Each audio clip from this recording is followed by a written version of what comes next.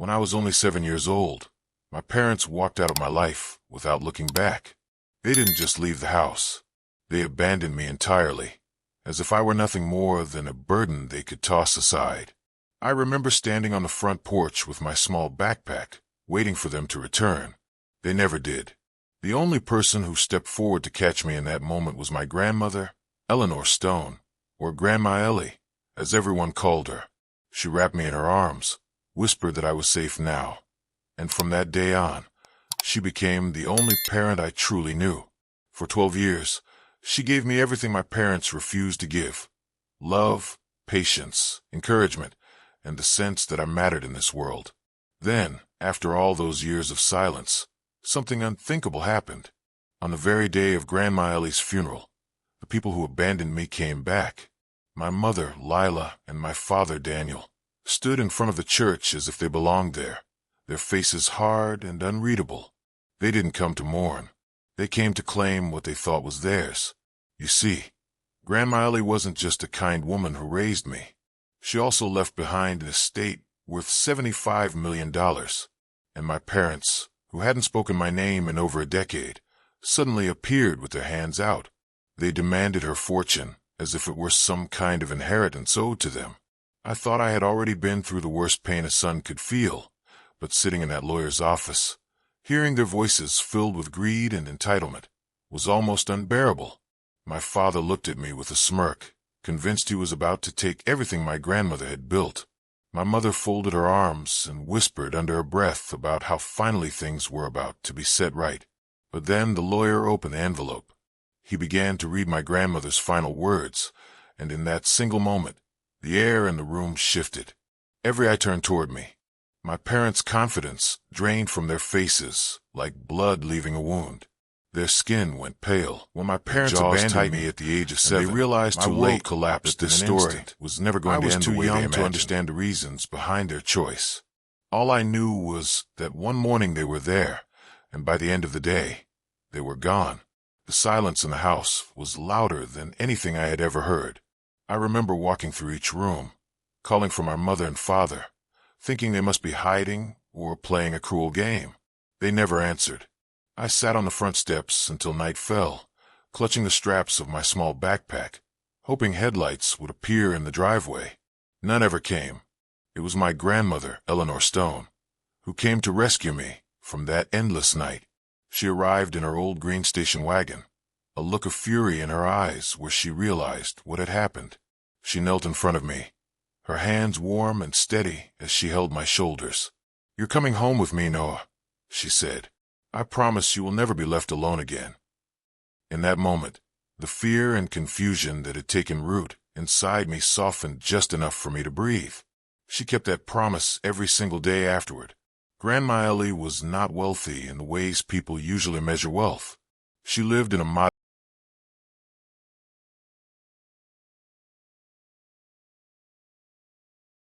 house with creaking floors and a kitchen that smelled of vanilla and coffee. What she lacked in riches, she more than made up for in love and strength. She raised me as if I were her own son, filling the empty spaces my parents left behind. She woke me up for school each morning with a gentle knock on the door and a plate of waffles waiting in the kitchen. She sat in the front row at every school play, cheering louder than anyone else. When I brought home report cards, she stuck them to the refrigerator like trophies. At night, when the world felt too heavy and I thought too much about why my parents had left, she would sit beside my bed and tell me stories about resilience. She told me how she had worked 3 jobs as a young widow to raise her only son, my father. She told me that hardship was not meant to crush us, but to shape us into people who could withstand storms. "You are stronger than you know, Noah," she would say, brushing my hair back from my forehead. "Your past does not define you. Your choices will." Growing up with her, I never felt like I had less than other kids. Even though I often did not have the newest shoes or the latest toys, what I had was far more valuable. I had security. I had someone who believed in me with a fierceness that made me believe in myself. When kids at school asked where my parents were, I used to feel embarrassed. But Grandma Ellie told me I should never be ashamed of the truth. Some people run from responsibility, she said. But I stayed. And so will you. You'll stand tall, Noah. That's what matters. As I got older, her influence only deepened. She pushed me to take my education seriously. She celebrated my successes, but also reminded me that failure was nothing to fear. She taught me how to cook the family recipes, how to balance a checkbook, and how to treat people with dignity, even when they did not return the favor. She made me mow the lawn every Saturday morning, not because she cared about the grass, but because she believed work built character. Our relationship was not just one of guardian and child. She became my best friend, confidant, and the person I trusted more than anyone else in the world. We laughed together often. She had a mischievous streak and would play small pranks like hiding my shoes and pretending she had donated them, only to pull them out from behind the couch, while we both burst into laughter. On holidays, she made our home a center of warmth and community. Neighbors and distant relatives gathered around her table, drawn by her cooking and her ability to make everyone feel welcome. Looking back, I realize how carefully she balanced being both nurturing and firm. She gave me the freedom to make mistakes, but also the guidance to learn from them. She treated me not as a fragile boy broken by abandonment, but as a young man capable of resilience. She never allowed bitterness to poison her spirit, even though her own son, my father, had walked away from me. She rarely spoke his name, but when she did, it was with a mix of sadness and resolve. People show you who they are through their choices, she once said. Daniel made his, but that doesn't mean you have to follow the same path. By the time I reached my teenage years, I had stopped waiting for my parents to return. Their absence became a shadow in the background rather than a wound I carried every day. What defined me instead was the love and guidance Grandma Ellie poured into my life. She had turned what could have been a story of loss into one of survival and hope. When I think of my childhood now, the first image that comes to mind is not of an empty house or unanswered questions. It is of sitting at our worn wooden table, eating peach cobbler fresh from the oven, while Grandma Ellie asked me about my dreams for the future. She believed in me with genuine conviction, nodding and smiling. Impossible not to believe in myself at the corners. That was the world she created for me. A world built not on material wealth, but on unconditional love. It was a world that allowed me to grow, to heal, and to become the person I am today. I did not know then how much she had quietly built behind the scenes, or how her legacy would one day ignite a storm that would shake the foundations of my family. All I knew was that she had given me everything my parents refused to give: a home, a future, and a reason to keep moving forward. The day of Grandma Ellie's funeral was one of the hardest days of my life. The morning air felt heavy, almost as if the world itself understood the weight of my loss. I stood outside the church in a black suit that felt too stiff on my shoulders, my hands trembling as I greeted neighbors, old family friends, and people who had known her for decades. The church smelled of roses, and their sweetness made my stomach twist. Every face I saw carried sorrow, but it was sorrow softened by respect.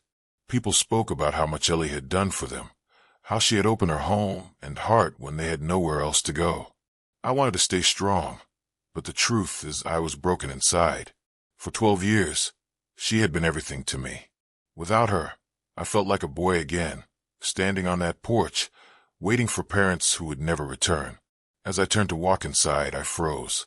Standing at the edge of the church steps were two faces I had not seen since I was a child. My father, Daniel Stone, wore a sleek black suit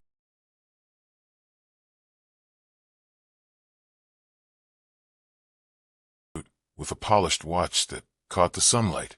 His jaw was clenched, his hair grayer than I remembered, but his eyes carried the same sharpness that had once made me feel small. Beside him stood my mother, Lila, her lips painted red, her dress expensive, her expression unreadable. For a moment, I thought I was imagining them. I blinked, hoping they would vanish like ghosts, but they stayed, and as they began walking toward me, the pit in my stomach grew. "Noah," my father said, his voice flat, as if we were strangers meeting by chance. I could not speak. My throat tightened. My mother placed a hand on my father's arm, her eyes scanning me from head to toe. "You've grown," she said. Her tone was clipped, almost annoyed, as though it was inconvenient that time had passed without her. Anger surged through me, but grief weighed heavier. This was not their day. This was not about them. I turned without answering and walked inside the church. Throughout the service, I felt their presence behind me. While I wept during the eulogy, they sat stiff and cold. Not a tear shed, not a hand raised in prayer. They looked like actors forced into a play they had no interest in performing. The congregation noticed. Whispers rippled down the pews. People remembered how they had left. Their return now was not seen as a gesture of mourning, but as an insult.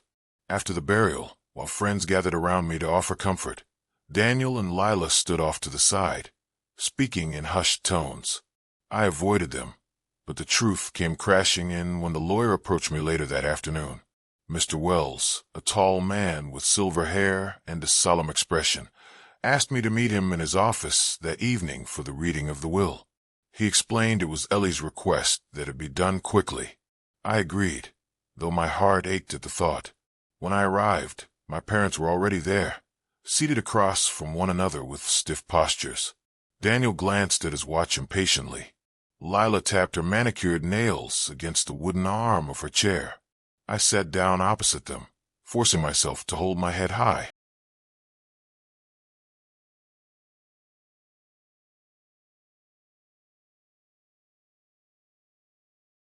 Mr. Wells entered, carrying a leather folder. He greeted me warmly, then turned his gaze to my parents. His expression was polite but distant. He took his seat at the head of the table. "We are here to honor the final wishes of Eleanor Stone," he said. My father leaned back, crossing his arms. "Let's get on with it," he said, his tone dismissive. Lila added, "Yes, we all know she had considerable assets. It is only right." They returned to the family. Her words stung, and I could no longer stay silent. Return to the family? She was my family. Where were you when I was a boy crying myself to sleep? Where were you when I needed someone to stand at my school concerts? You abandoned us both. Daniel narrowed his eyes. "Watch your tone. You're still our son." "No," I said, my voice steady. "I stopped being your son the day you walked away." The tension in the room was thick enough to choke on. I could feel my heartbeat in my ears as Mr. Wells adjusted his glasses and prepared to read. My parents leaned forward, anticipation written across their faces, convinced that wealth was about to fall into their hands. For me, the moment was not about money. It was about justice. It was about hearing the last words of the woman who had given me everything. Mr. Wells opened the folder slowly, and the sound of paper sliding across the table filled the silence. My parents exchanged a quick glance, a small smirk tugging at Daniel's mouth. He thought he had already won. I clenched my fists beneath the table, not out of fear, but out of the need to anchor myself. Whatever came next, I knew Ellie had prepared it with the same deliberate care she had used to raise me. As the lawyer cleared his throat and began to speak, I braced myself. I was ready to hear her final words. My parents were ready, too, but for very different reasons. As I sat across from my parents in the lawyer's office, I felt the full weight of 12 years pressing down on me. The room was quiet except for the faint hum of the ceiling fan and the shuffling of papers as Mr. Wells prepared to speak. My parents sat with smug expressions, their confidence radiating like a storm that had already decided its course. I could have let their presence break me. I could have sunk back into the role of the abandoned child, powerless and forgotten. But something inside me shifted. I remember the nights when Grandma Ellie sat at my bedside, reminding me that strength comes from within. She had told me countless times that I should never allow others to decide my worth. Her voice echoed in my mind now, steady and unwavering. "You are stronger than you know, Noah. Never let anyone take that away from you." I straightened in my chair, my shoulders squared. I took a slow breath and looked my parents directly in the eyes. They did not see a boy anymore. They saw a young man who had endured their absence and survived. I would not let them twist this day into one of victory for themselves. This was about honoring Ellie's life and her sacrifices. My father leaned forward slightly, a smirk tugging at the corners of his mouth. "You don't need to act tough, Noah. Once this is over, we'll take care of everything. It's time you stop pretending you know how the world works." I kept my voice calm, though my pulse thundered in my ears. "The world you left me in taught me plenty. I don't need you to take care of anything." My mother rolled her eyes and adjusted the diamond bracelet on her wrist. "You'll thank us later when you realize how much responsibility comes with wealth." Her words You're too struck young me to understand not in the way she intended. That money belongs thought about with the nights Ellie had we worked built this late family long just to keep the before lights Ellie on. interfered. I thought about the meals she had prepared, the school supplies she had scraped together, and the endless love she poured into me when no one else would. My parents had built nothing. They had abandoned everything. I leaned forward. "You didn't build anything. She did. She gave me a life when you threw me away. If you think I'm going to stand by and let you claim her legacy, you don't know me at all." Their faces hardened. My father's jaw tightened, and for the first time, a flicker of uncertainty crossed his eyes. My mother shifted in her seat, her fingers tightening around her bracelet. The silence that followed was heavy, and I knew they felt the resolve in my voice. Mr. Wells cleared his throat.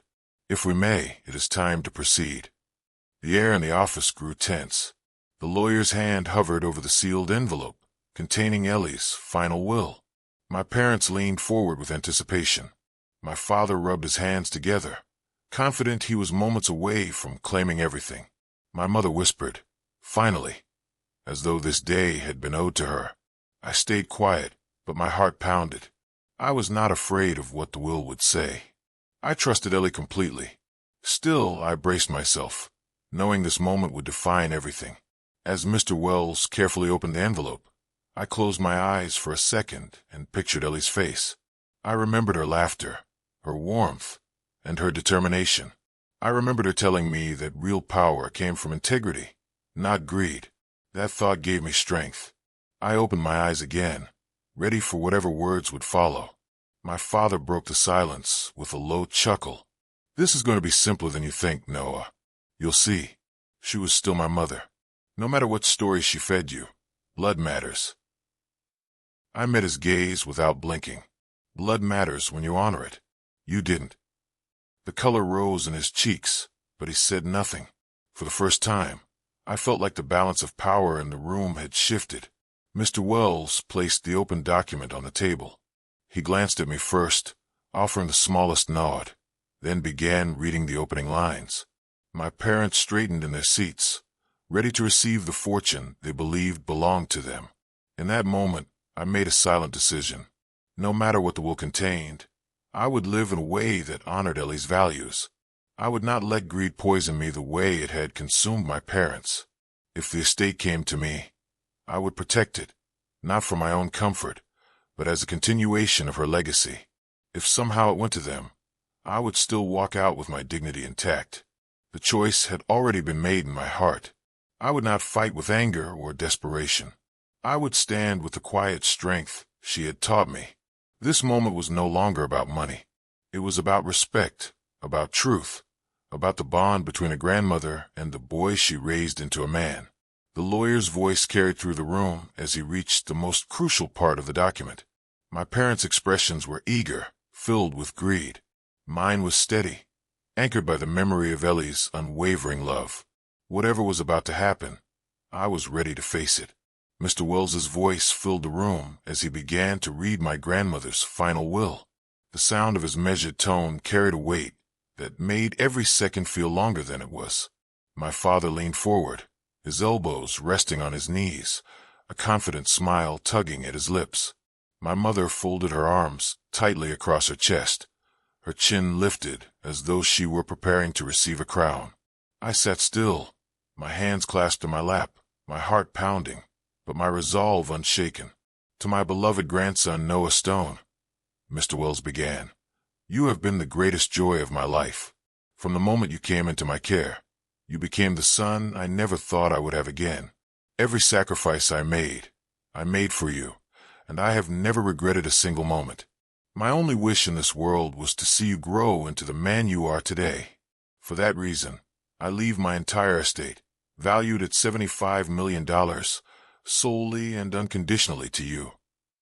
The room seemed to freeze. My breath caught in my throat. I felt my father's eyes burning into me, his earlier confidence dissolving into disbelief. My mother's mouth dropped open, her perfectly painted lips parting as though she had forgotten how to breathe. Mr. Wells continued without hesitation. "To my son Daniel and his wife Lila, who chose to abandon Noah when he needed you most, I leave $1 each. This is not an oversight, nor is it cruelty. It is a reminder that true wealth is not found in money, but in the love and responsibility you chose to throw away. My hope is that one day you understand that your actions cost you far more than any inheritance ever could." A stunned silence filled the office. My father's face turned a shade of red I had never seen before. His jaw tightened, and he slammed his fist against the table so hard that the documents rattled. "This is a joke," he barked. "She had no right to do this. I am her son. This money should be mine." Mr. Wells looked at him calmly.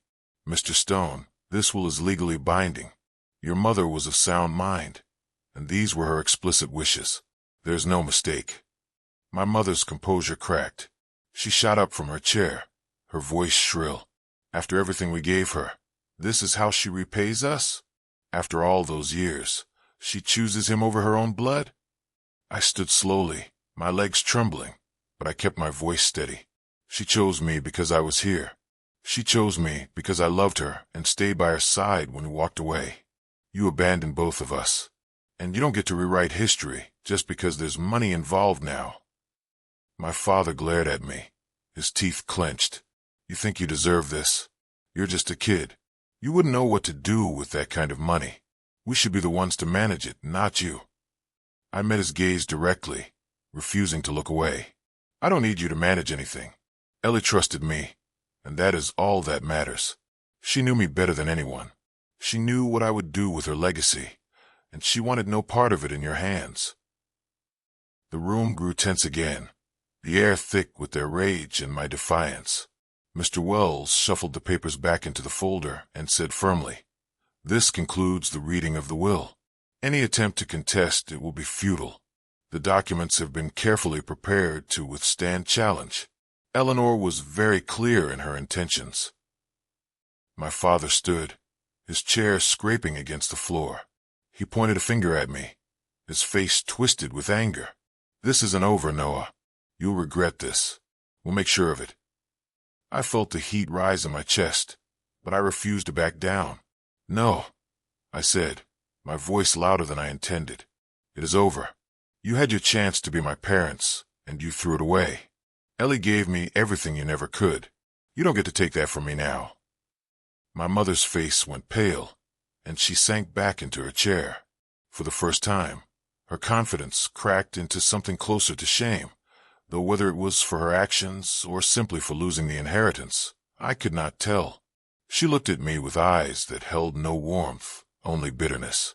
As they gathered their things, the reality of what had happened settled in. Their power over me had vanished. For years, I had carried the weight of their abandonment, wondering if I had done something wrong, if I had somehow driven them away. Now, watching them storm out of the office, I realized the truth. Their absence had never been about me. It had always been about them, their selfishness, their greed, and their refusal to put anyone else above themselves. Mr. Wells placed a hand on my shoulder before I left. "Your grandmother believed in you, Noah. She wanted to make sure you had not only security, but also the freedom to build a life on your own terms. She was proud of you. You should remember that above all else." I nodded, swallowing the lump in my throat. Tears stung my eyes, not from sadness, but from the overwhelming relief of knowing she had seen me, valued me, and protected me even in her final act. Walking out of that office, I felt a strange mix of sorrow and strength. I had lost the most important person in my life, but I had gained the clarity she wanted me to have. My parents had shown their true faces, and Ellie had left me with more than wealth. She had left me with the undeniable proof that love was stronger than betrayal and that integrity was worth more than money. When I left the lawyer's office that evening, the world outside felt different. The air was cool, the sun was setting, and the streets glowed with the amber light of dusk. My parents had stormed off in anger, their voices echoing faintly down the hallway as they argued with each other. For the first time in my life, their presence no longer held power over me. They could shout, threaten, or scheme, but the truth had already been spoken. Grandma Ellie had seen through their selfishness and protected me even in death. I walked to my car slowly, letting the events settle in my mind. Grief still sat heavy in my chest. I wanted nothing more than to hear Ellie's voice again, to feel her warm hand on mine, and to sit in our kitchen while she told me everything was going to be all right. She was gone, and no amount of money or legal documents could change that. What she left me, however, was more than financial security. She left me with proof that love matters more than blood, and that the choices we make define who we are far more than the titles we carry. That night, I returned to her house. It was quiet, almost too quiet. I walked through each room, tracing my fingers over the familiar furniture, the photographs on the walls, and the worn wooden banister she used to grip as she climbed the stairs. Every corner of the house carried her spirit. The smell of vanilla still lingered faintly in the kitchen. Her knitting needles rested in a basket by the couch, as if she had only stepped away for a moment. I sat at the table where we had shared countless meals and thought about what to do next. $75 million was a staggering amount. Most people would see it as an opportunity to live in luxury, to buy houses, cars, and vacations. But I knew that was not what Ellie wanted. She had never been a woman who cared about wealth for its own sake. She valued community, kindness, and the chance to make life better for others. If she had trusted me with this fortune, then I had a responsibility to carry those values forward. The next morning, I contacted Mr. Wells again.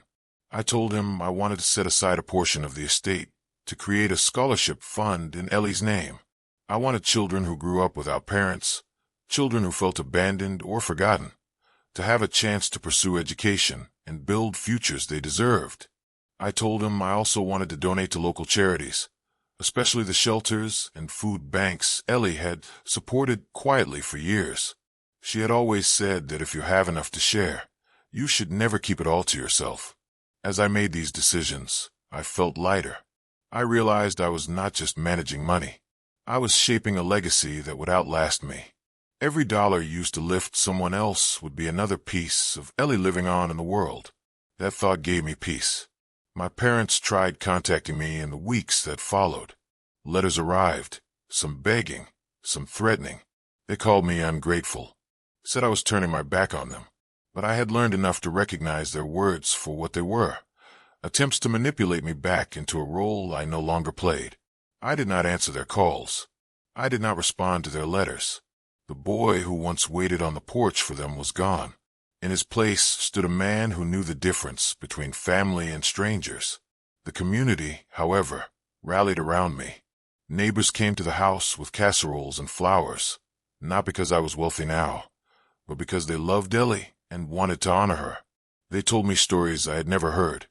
How she had paid for a neighbor's medicine when they were short on money, how she had tutored kids in math after school, and how she had volunteered quietly at the church food drive every holiday season. With every story, I realized just how deep her impact had been. She had left her mark not with money, but with love and action. One evening, I sat on the porch where my childhood had begun in heartbreak and ended in resilience. I looked up at the stars and thought about Ellie. I whispered a thank you into the night, hoping somehow she could hear me. Thank you for staying. Thank you for teaching me what love really means. Thank you for protecting me even now. In the end, the lesson was clear. Wealth can disappear, but character endures. My parents believed money would give them power, but what they failed to understand was that real power comes from love, responsibility, and integrity. Ellie's final act had not been about punishing them. It had been about protecting me and ensuring I would carry her values forward. I still grieve her absence. I still miss her every day. But I walk with my head high because I know I am not walking alone. Her love walks with me. Her lessons guide me. And her legacy now stretches far beyond our family, reaching every life touched by the choices I make in her name. That is my story. It is not just about losing my grandmother or facing parents who only returned when money was involved. It is about discovering where true family lies, about realizing that love is stronger than greed, and about carrying forward the legacy of the one person who never gave up on me. Fire, thanks for listening. Sparkling Heart, if the story moved you, share it with someone who needs it.